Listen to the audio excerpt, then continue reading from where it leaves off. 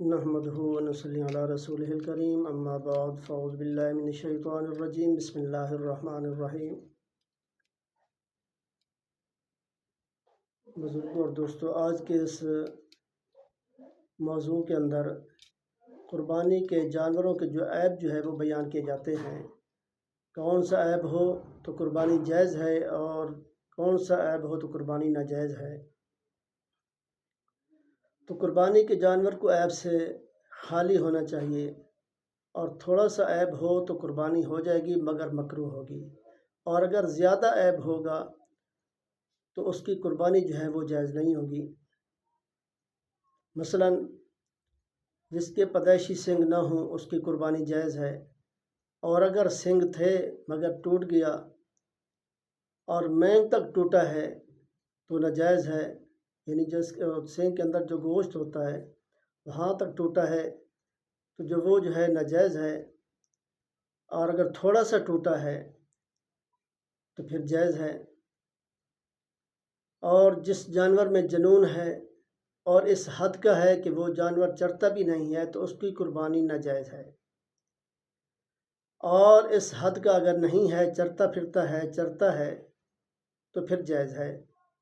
اسی طرح بھینگے جانور کی قربانی جائز ہے، اندھے جانور کی قربانی جائز نہیں ہے۔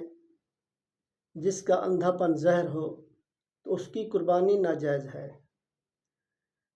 اور اتنا لاغر جس کی ہڈیوں میں مغز نہ ہو، اور لنگڑا جو قربان گاہ تک اپنے پاؤں سے نہ جا سکے، اور اتنا بیمار جس کی بیماری زہر ہو، اور جس کے کان یا دم یا چکی کٹے ہوئے ہوں، یعنی وہ عضو تہائی سے زیادہ کٹا ہو، تو ان سب کی قربانی ناجائز ہے۔ اور اگر کان یا دم یا چکی تہائی یا اس سے کم کٹی ہو تو جائز ہے۔ جس جانور کے پیدائشی کان نہ ہوں یا ایک کان نہ ہو تو اس کی ناجائز ہے، اور جس کے کان چھوٹے ہوں تو اس کی جائز ہے۔ تو یہ قربانی کے یہ بہت بڑے مسائل ہوتے ہیں، تو اس لیے اللہ تعالیٰ کو وہ چیز زیادہ محبوب ہے جو موٹا تازی ہو اور خوبصورت ہو۔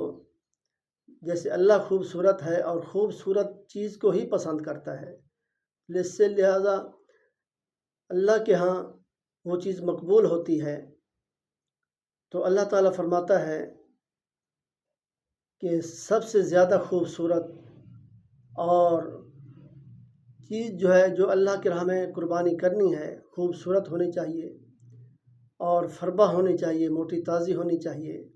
لاغر، کمزور اور کٹی جلی ہوئی ایسی خراب چیزیں جو ہم کو پسند نہیں ہوتی تو وہ اللہ کو کیسے پسند ہوگی۔ تو اس لیے اللہ کے ہاں جو قربانی کرنی ہے تو وہ اچھی اور خوبصورت ہو تو اللہ تعالیٰ قبول فرماتا ہے۔ اللہ تعالیٰ نیتوں کو دیکھتا ہے اور تمہارے گوشت اور خون کو نہیں دیکھتا۔ تو اللہ تعالیٰ دیکھتا ہے کہ اس کی نیت کیا ہے، کیسے نیت کے ساتھ اس نے قربانی کی ہے۔ تو انما الاعمال بالنیات، تو سارا دار و مدار وہ نیتوں پر ہے۔ اس لیے ہمیں اچھی سے اچھی بہترین اور خوبصورت قربانی کرنی چاہیے۔ دعا ہے اللہ تعالیٰ ہم سب کو عمل کی توفیق عطا فرمائے۔